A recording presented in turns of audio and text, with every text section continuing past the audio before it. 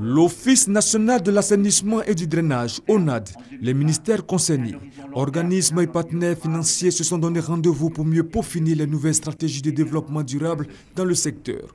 Objectif, garantir le droit à tous d'avoir un environnement sain où il fait mieux vivre. Moi, État de Côte d'Ivoire, je m'engage à ce qu'en milieu rural, en milieu urbain, les inondations s'arrêtent.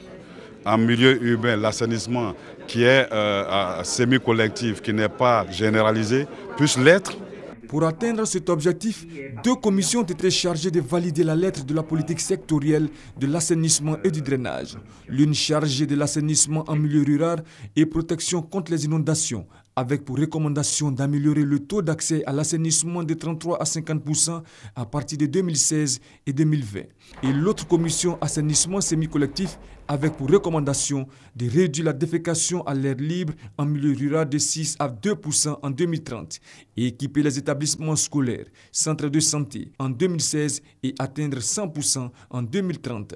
L'un des organismes impliqués dans ce projet se félicite quant à la tenue d'un tel atelier. On voudrait féliciter le gouvernement de la Côte d'Ivoire pour cette démarche qui est vraiment très importante parce qu'elle va constituer un cadre institutionnel et l'assainissement, ça ne doit pas être vu comme une question qui est assez verticale parce que l'assainissement est lié à la santé, c'est lié à la nutrition, c'est lié aussi à la capacité des enfants d'aller à l'école. La lettre de la politique sectorielle de l'assainissement ainsi élaborée sera supervisée par le comité interministériel de l'assainissement et du drainage. Ce comité se réunira une fois par an pour examiner le rapport d'évaluation annuel qui sera présenté par le ministère chargé de l'assainissement et du drainage.